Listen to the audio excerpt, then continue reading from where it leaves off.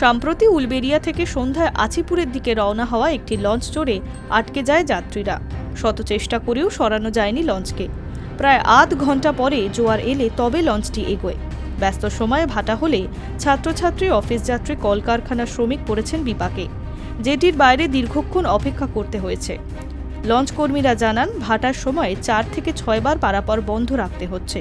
শুধু লঞ্চ নয়, ভুটভুটি পর্যন্ত চরে আটকে যাচ্ছে। লঞ্চঘাটের এক কর্মী বলেন, আচিপুরের দিকে পূজালী তাপবিদ্যুৎ কেন্দ্র আছে, সেখানকার ছাই জাহাজে করে বিভিন্ন জায়গায় যায়। সেই ছাই নদীতে পড়েই চর গজিয়েছে।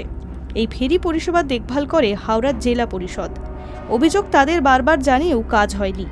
জেলা পরিষদের দাবি, ড্রেসিংয়ের দায়িত্ব কলকাতা পোর্ট ট্রাস্টের।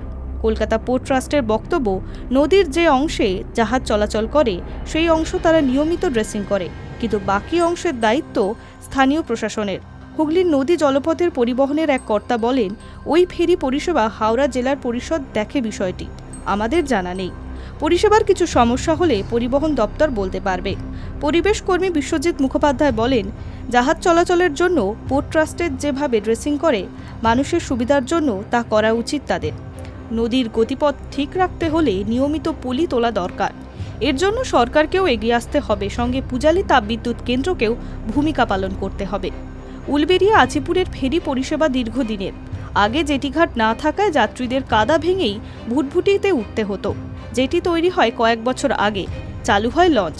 তবে চর যেভাবে বাড়ছে, অবিলম্বে ড্রেসিং না হলে লঞ্চ কতদিন চলতে পারবে তা নিয়ে ক্রমশ প্রশ্ন উঠছে। Hi news network.